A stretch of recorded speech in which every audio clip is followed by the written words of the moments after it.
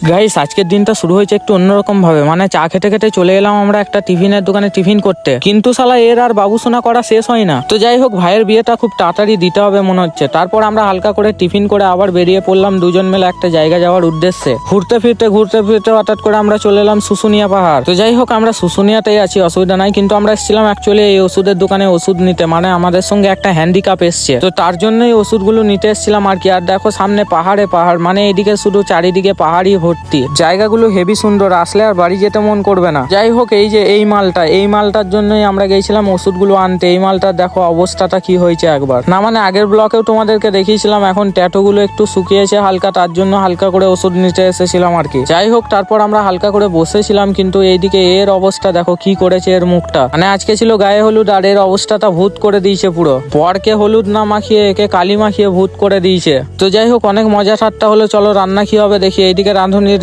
চাল ধুচ্ছে আর এদিকে তরকারি চাপিয়ে দিয়েছে। আর প্যান্ডেলটা হয়েছে এরকম, প্যান্ডেল এখনো পুরোপুরি কমপ্লিট হয়নি। দেখো এদিকে আবার বেশি গরমে পুরো ফেটে হাতে চলে আসছে। আর আমরা বসেছিলাম, আমাদেরকেও হলুদ মাখিয়ে চলে গেল। আর এইদিকে বরবাবু বসে আছে, আর আমরা বদলা নেওয়ার জন্য হালকা করে চলে গেলাম দোকানে রং কিনতে। তো যাই হোক, বাকিটা ইতিহাস ছিল। আমি তারপর রেডি সেডি হয়ে এখন যাব বরযাত্রী, আর আমার লুকটা কিছুটা এরকম ছিল।